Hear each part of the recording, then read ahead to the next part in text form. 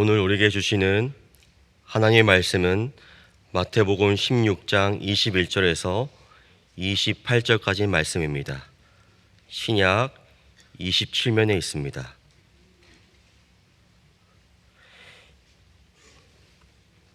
이 기록된 계시의 말씀을 봉독할 때 살아계신 하나님의 음성을 모두 다 들으실 수 있기를 바랍니다. 하나님의 말씀입니다. 이때로부터 예수 그리스도께서 자기가 예루살렘에 올라가 장로들과 대제사장들과 서기관들에게 많은 고난을 받고 죽임을 당하고 제3일에 살아나야 할 것을 제자들에게 비로소 나타내시니 베드로가 예수를 붙들고 항변하여 이르되 주여 그리 마옵소서 이 일이 결코 주께 미치지 아니하리이다. 예수께서 돌이키시며 베드로에게 이르시되 사탄아 내 뒤로 물러가라. 너는 나를 넘어지게 하는 자로다.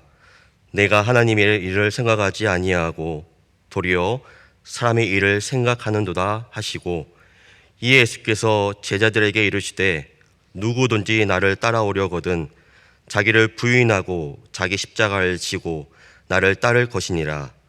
누구든지 제 목숨을 구원하고자 하면 잃을 것이요 누구든지 나를 위하여 제 목숨을 잃으면 찾으리라. 사람이 만일 온 천하를 얻고도 제 목숨을 잃으면 무엇이 유익하리요? 사람이 무엇을 주고 제 목숨과 바꾸겠느냐? 인자가 아버지의 영광으로 그 천사들과 함께 오리니 그때 각 사람이 행한 대로 갚으리라. 진실로 너에게 이르노니 여기 서 있는 사람 중에 죽기 전에 있다가 그 왕권을 가지고 오는 것을 볼 자들도 있느니라. 아멘. 문화부 장관이셨고 국문하셨던 공의 대신 이어령 씨의 읽고 싶은 이어령 책에서 이런 말을 합니다. 한국인 유난히 죽겠다는 말을 많이 쓰곤 한다. 예를 들어서 이런 것이죠. 피곤해서 죽겠다. 좋아도 죽겠다. 슬퍼도 죽겠다. 웃겨서 죽겠다. 재미있어 죽겠다. 심지어 이런 말도 합니다. 시계도 죽었다. 불도 죽었다. 맛도 죽었다. 라는 표현을 한다고 말하고 있습니다. 성도 여러분, 이 말처럼 죽는 것이 쉬울까요? 쉽지 않습니다. 그러나 분명한 것은 이 죽음이 우리 가까이 있다는 것은 분명합니다. 그래서 죽음은 우리의 실존이기도 하죠. 믿음에 있어서도 죽음은 믿음의 본질입니다. 오늘 본문에 예수님께서 이 제자들에게 자신의 죽음과 부활을 예고하셨습니다. 이렇게 말씀하시는 거죠. 누구든지 나를 위하여 제 목숨을 잃으면 찾으리라. 이렇게 말씀하셨습니다.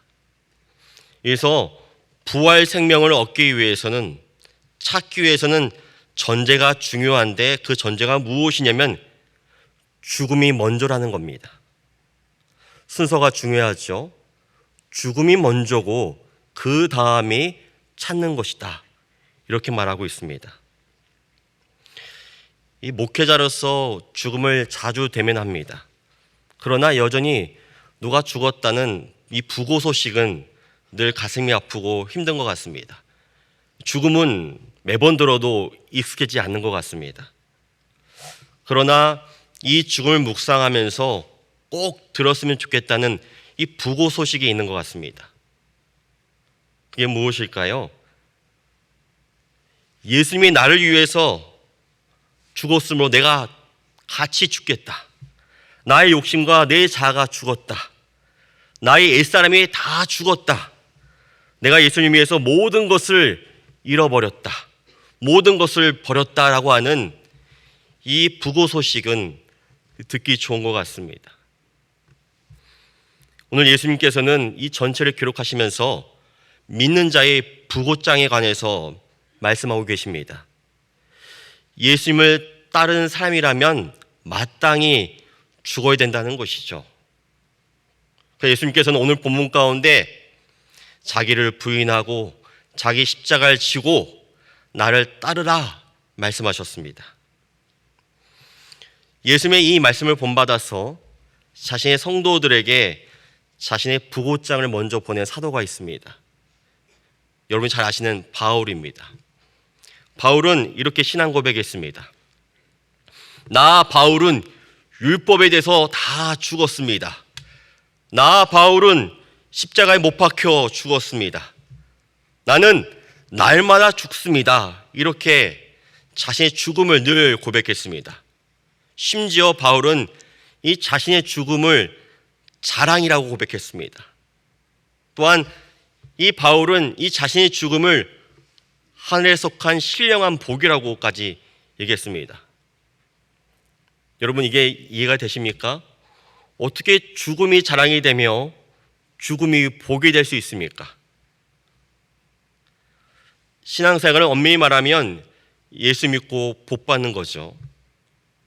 그런데 이 복은 우리가 추구하는 그런 복과는 좀 다릅니다. 예수 믿게 돼서 얻게 된 복은 무엇이냐면 날마다 죽게 되는 겁니다. 이 세상의 복과는 다르죠. 이 세상의 복은 반대편에 있습니다. 이 세상의 복은 무엇이냐면 더 많이 얻는 게 복입니다. 악자까지 해서 얻는 게 복이죠. 얻지 못하면 바보인 겁니다.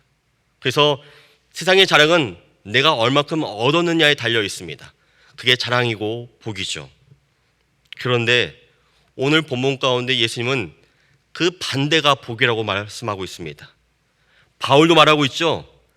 날마다 죽는 것이 나의 자랑이요 나의 복이다. 이 세상적인 관점에서 보면 사람들은 이렇게 고백하죠. 인생을 어떻게 하면 잘 살 수 있을까? 잘 살까? 어떻게 하면 내 삶 가운데 플러스 되는 인생이 될 수 있을까? 잘 사는 거에서 열심히 고민합니다. 그래서 잘 살기 위한 책들을 열심히 보고 연구도 합니다. 그래서 이 주식도 열심히 공부에 투자하는 것이죠. 하지만 이 그리스도인은 내가 어떻게 하면 내가 철저히 죽을 수 있을까? 이 고민을 하는 자입니다. 이것이 그리스도의 정체성입니다. 관점이 완전 다르죠. 그래서 예수님께서는 자기 목숨을 잃으면 찾게 된다라고 말씀하고 있습니다. 예수님께서는 믿는 우리들에게 말씀하십니다.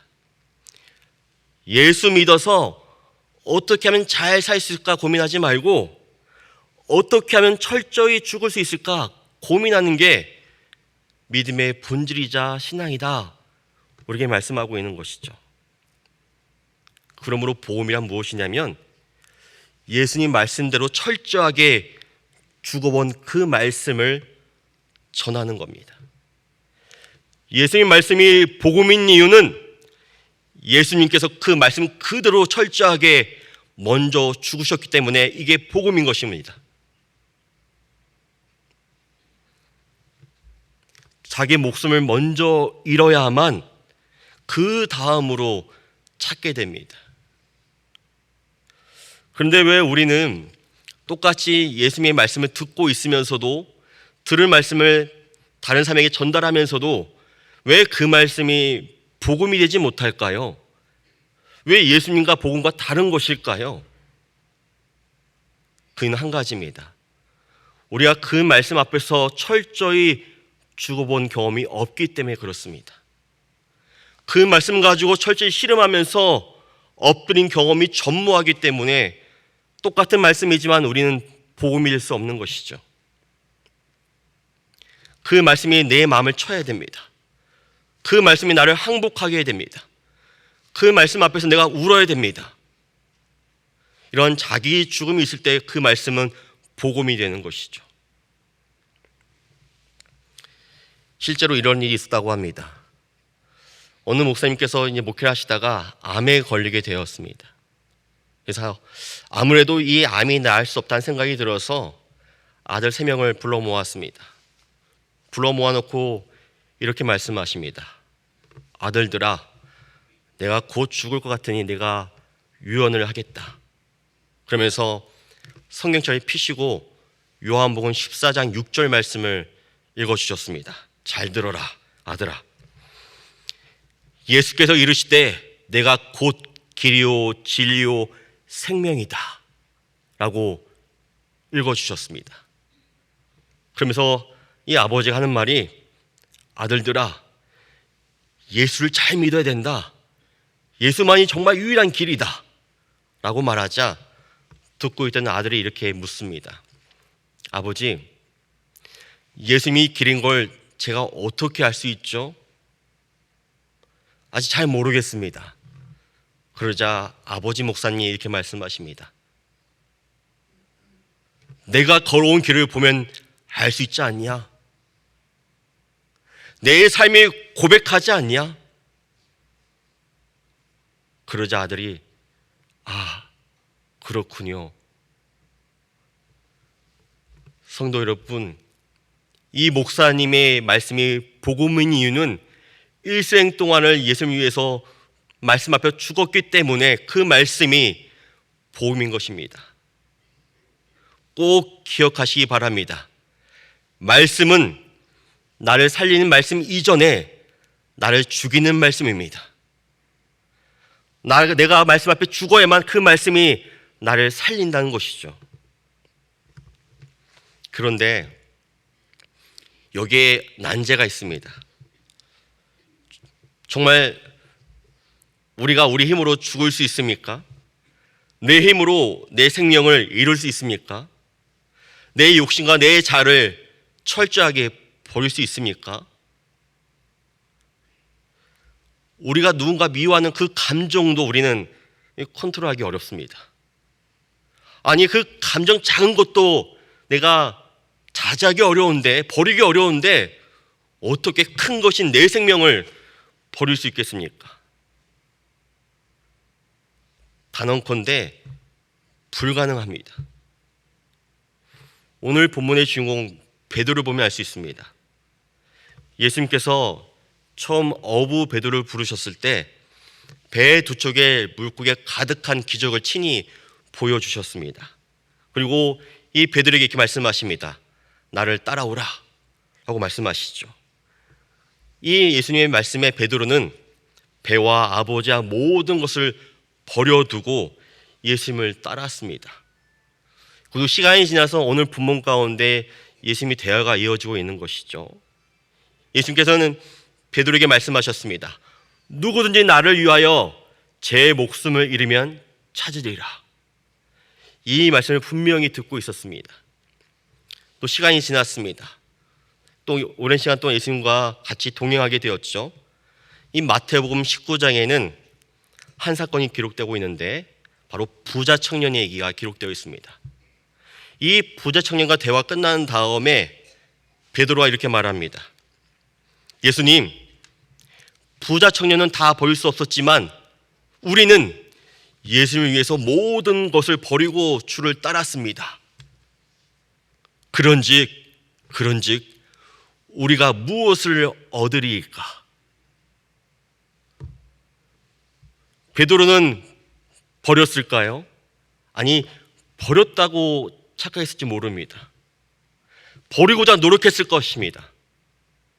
그런데 예수님과 함께 동고동락했던 그 제자 베드로는 끝까지 마지막까지 주님, 제가 무엇을 얻을 수 있습니까?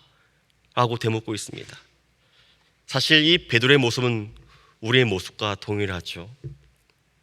그래서 예수님께서는 베드로에게 이렇게 말씀하시죠. 사탄아, 내 뒤로 물러가라. 이 베드로의 생각이 사탄적이기 때문에 그렇습니다. 예수님이 목적이 아니라 예수님이 수단이 된 것이죠. 자신의 탐욕과 목적을 이루기 위한 수단으로 변질시켜버린 것입니다. 그래서 이것은 죄인 것인 것이죠. 이처럼 나름 믿음이 좋다고 한 베드로도 자기의 자아와 자기 생명을 버릴 수가 없었습니다. 결국 자신이 버리기 어려우니 누굴 버렸을까요? 바로 예수님을 부인하고 맹세하고 저주하고 삼중으로 예수님을 버렸습니다. 꼭 기억하시기 바랍니다. 내가 내 자신을 버리지 못한다면 우리는 예수님을 버리게 되어 있습니다. 이것이 바로 성경의 증언이죠. 우리는 우리 힘으로 절대로 내 자아를, 내 생명을 버릴 수가 없습니다. 그런데 가능한 유일한 길이 있습니다. 이에 대해서 사도 바울은 이렇게 말합니다. 우리가 그의 죽으심과 합하여 세례를 받음으로 그와 함께 장사되었나니. 여러분, 우리는 절대 자신의 힘으로 나의 자아를 죽일 수 없습니다. 그런데 가능한 길이 무엇이냐면 예수님이 먼저 죽으셨습니다. 그 예수님이 죽으심을 기억하고 그 예수님이 죽으심이 나와 하나 된 순간 바로 나는 그 예수님이 죽으신 가운데 똑같이 합하여 죽게 된다는 것이죠. 마치 이런 것입니다. 가장 좋은 가치가 생기면 우리가 여기고 있던 이런 가치는 작게 여겨진 법이죠. 가장 좋은 가치를 얻기 위해서 하찮은 가치를 버릴 수 있게 됩니다. 가장 좋은 가치가 무엇입니까? 예수님이 죽으심입니다. 우리가 여전히 죄인 되었을 때 먼저 죽으셨고 그분이 우리 죄를 위해서 지금도 함께 중보기도 하고 계십니다. 이게 무엇이냐면 예수님이 죽으심이 나의 죽으심과 연합된 것, 연합의 복음입니다. 여기에는 나의 노력과 공로와 선행은 아무것도 없습니다. 바로 우리 성령의 도우심 가운데 예수님이 죽으심이 나의 죽으심이 되는 것이죠. 자발적으로 이 권리 포기가 되는 겁니다. 한국초대교회에서 자신의 죽음을, 자신의 부고장을 자랑스럽게 알리신 분이 계십니다. 여러분이 많이 들었는데요. 바로 이 김익두 목사님이십니다. 이 목사님께서는 예수 믿고 회개한 다음에 맨 처음으로 사람들에게 이 자신의 부고장을 막 돌렸습니다. 부고장의 내용은 이런 것이죠. 김익두는 죽었다. 사람들은 이 부고장을 듣고 긴가민가 했습니다. 그리고 내심 좋아했습니다. 이제는 그 잔인하고 난폭한 그 사람을 안 봐도 되겠구나라는 생각에 좋아했던 것이죠. 시간이 지나서 어느 날 많은 사람들이 모여있던 시장 한복판에 죽었다던 이 김익두 목사님이 등장했습니다. 바로 김익두 목사님께서는 시커먼 성경책 하나를 이렇게 팔에 안고 있었던 것이죠. 사람들은 그 모습에 놀랐습니다. 그래서 어떤 사람은 진짜 죽었나 한번 시도해보고 싶어서 물 한 바가지를 뒤집어 씌웠습니다. 그래서 김익두 목사님이 그 물을 턱턱 털면서 이렇게 말했습니다. 당신은 옛날 김익두가 죽었다는 사실을 매우 기뻐하시오. 만약 그가 살았다면 당신은 오늘 요절이 났을 것이오. 김익두의 목사님의 애자는 자신의 힘으로 죽인 게 아닙니다. 잃게 된 겁니다. 하나님의 은혜로 구원받으니까 모든 가치를 잃게 된 것이죠. 진정한 가치가 무엇이면 예수님이 죽으심이라는 것을 알게 된 것입니다. 예수님이 죽으심이, 김익두 목사님이 죽으심이 되었기 때문에 이 고백이 가능하게 된 것이죠. 오늘 본문 가운데 예수님 말씀하시죠. 잃게 되면 찾으리라. 잃게 되면 찾게 된다. 자기 목숨을 잃게 되면, 자기 자와 자기 탐심, 자기 모든 욕망을 잃게 되면 찾게 된다고 말씀합니다. 무엇을 찾게 될까요? 바로 영생입니다. 예수님이 부활을 얻게 되는 새 생명을 우리 안에 품게 되는 것이죠. 예수님이 죽으심이 나와 연합한 순간 예수님의 부활과 나의 부활도 연합하는 은혜가 주어집니다. 예수님의 부활 생명이 나의 생명 가운데 들어오게 되는 것이죠. 하나님의 생명이 내 안에 사시게 됩니다. 하나님의 생명이 내 안에 살기 때문에 우리는 내 자아를 버리게 되고 자기 십자가를 지게 되고 하나님께 따르는 삶을 살게 되는 은혜를 잊게 되는 것입니다. 그래서 우리는 그 은혜로 말미암아 자기의 십자가를 지고 자기를 부인하며 바로 주님을 따르는 삶을 살 수 있게 되는 은혜를 잊게 되는 것이죠.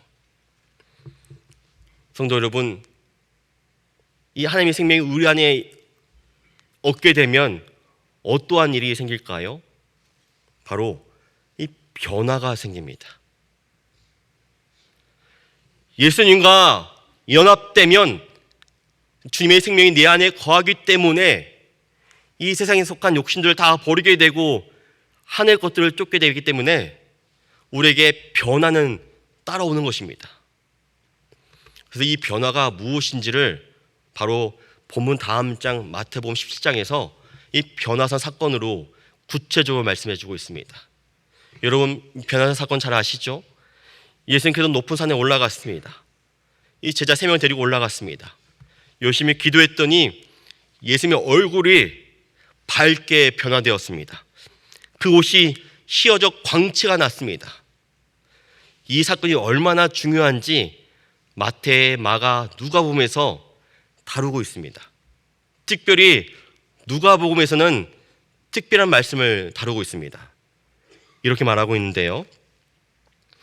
영광 중에 나타나서 장차 예수께서 예루살렘에서 별세하실 것을 말할세. 이 별세라는 단어가 중요한 단어입니다. 신약에서 유일하게 딱 한 번 쓰였습니다. 예수께서 별세하실 것을 말할세. 이 별세의 헬라어 언어는 무엇이냐면 엑소도스입니다. 엑소도스 많이 들어봤죠? 무엇입니까? 출애굽입니다. 바로 이 엑소도스의 뜻이 무엇이냐면 바로 애굽에서 탈출하여 다른 세계로 들어가는 것을 말하는 것이죠. 이 한자 이 별세에서 별자 의미는 두 가지 의미가 있습니다. 첫 번째 별의 의미는 우리가 잘 아는 것처럼 바로 죽었다라는 의미입니다. 또 다른 의미는 무엇이면 다르다라는 의미입니다. 다르다. 무엇이 다를까요? 예수님의 별세는 단지 죽음이 아니요 새로운 세계로 들어가는 바로 변화를 의미한다는 것입니다. 이 말씀 무엇일까요?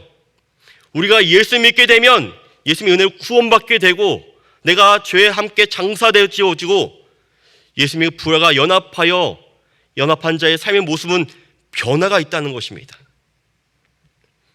이스라엘 백성들이 애굽을 떠나서 약속의 땅으로 들어가게 된 것처럼 새로운 땅으로 들어가게 된 것처럼 우리 또한 예수 믿으면 다른 차원의 세계로 들어가게 됩니다. 그래서 우리는 이 세상과 다른 고백을 할 수 있는 것이죠.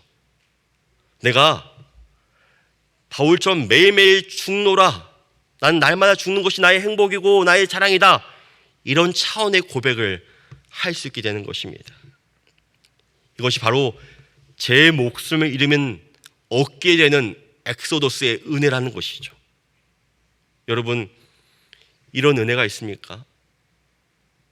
나에게 변화가 있습니까? 나의 삶의 모습이 무엇인가 다릅니까? 다른 세계의 삶의 고백입니까? 이 고백이 있어야 된다는 것이죠. 또 예수님께서는 왜 이 죽음과 부활을 한데 묶어서 말씀하실까요? 죽음과 부활은 끊어지는 것이 아니라 이어지는 것입니다. 동전의 양면과 같습니다. 믿는 자에게 죽음은 끝이 아니오 또 다른 시작이기 때문에 그렇습니다. 이것은 바로 우리에게 구체적인 사건으로 경험되어지는 것이죠. 그런데 이 마태복음 17장에 보면 이 변화산 사건을 다루면서 특이한 말씀을 합니다. 이 변화산에서 모든 걸 목도한 이 제자들에게 이렇게 말씀하시죠. 예수께서 명하여 이르시되 인자가 죽은 자 가운데서 살아나기 전에는 본 것을 아무에게도 이르지 말라 하시니. 아니, 이 놀라운 변화의 징표를 왜 예수님께서는 비밀에 붙이고 있는 것일까요? 아니, 놀라운 사실 아닙니까? 이 사실을 증거한다면 더 많은 영혼들이 믿을 수 있을 것입니다. 근데 예수님께서는 이것을 비밀에 붙이라고 말씀하십니다. 이유는 한 가지죠. 변화의 전제는 갈보리산의 십자가의 죽음이 선행돼야 한다는 것을 말해주고 있다는 것입니다. 갈보리산에서 십자가의 죽음이 먼저입니다. 이 죽음이 먼저야만 변화가 이루어진다 말씀하고 있다는 것이죠. 그래서 죽음과 부활은 한 대에 묶여져 있는 것입니다. 왜 우리 삶에는 이렇게 변화가 없을까요? 예수 믿는데 왜 우리 삶에는 이렇게 변화가 부족해 보일까요? 그건 한 가지일 것입니다. 내가 죽지 않고 오직 변화만 추구하기 때문에 그렇습니다. 우리가 변화를 요구한다면, 간절한 변화를 원한다면 바로 십자가의 죽으심, 이 갈보리산에 올라가야 된다는 것이죠. 갈보리산에 이 십자가의 죽음을 먼저 묵상하고 고백할 때, 그 십자가 앞에 내가 죽을 때, 그때야 비로소 변화가 이루어진다는 것입니다. 그러므로 우리 안에 이 변화를 경험할 때 이렇게 고백하게 되는 것이죠. 내 안에 사는 이 예수 그리스도니 나의 죽음도 유익하다라는 이 찬양 고백을 할 수 있게 되는 것입니다. 미드라시라는 이야기가 있습니다. 아버지와 아들이 먼 사막길을 오래 여행하다가 지쳤습니다. 아들이 아버지에게 말합니다. 아버지, 저는 모기 타고 피곤하여 죽겠습니다. 그래서 아버지가 대답합니다. 조금만 더 가보자. 머지않아 동네가 나타날 거야. 두 사람은 걸음을 재촉했습니다. 얼마 후 십자가를 세운 무덤이 나타났습니다.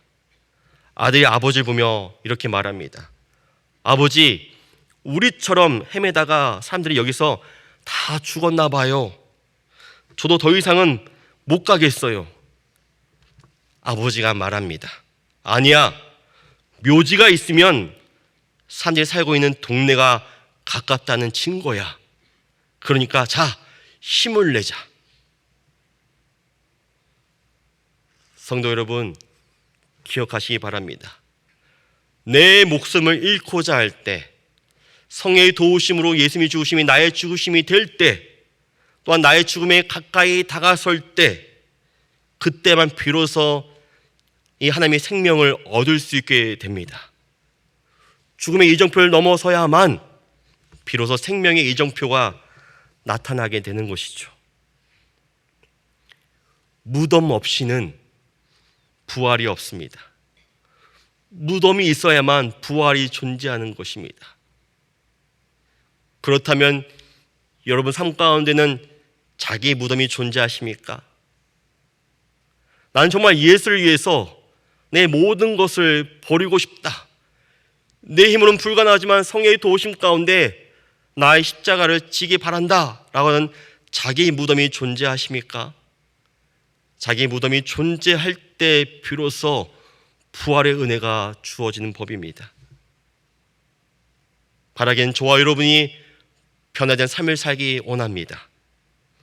그렇다면 우리는 지금 이 순간 예수님이 걸어 올라가셨던 이 갈보리 산으로 올라가서 십자가의 죽음을 묵상해야 됩니다. 우리 힘으로는 불가능하죠. 성의 도우심을 구해야 됩니다.